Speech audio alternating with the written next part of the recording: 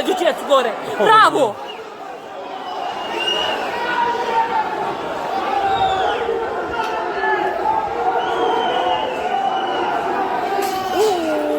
Ovo, samo še vam, samo še im staklo, evo.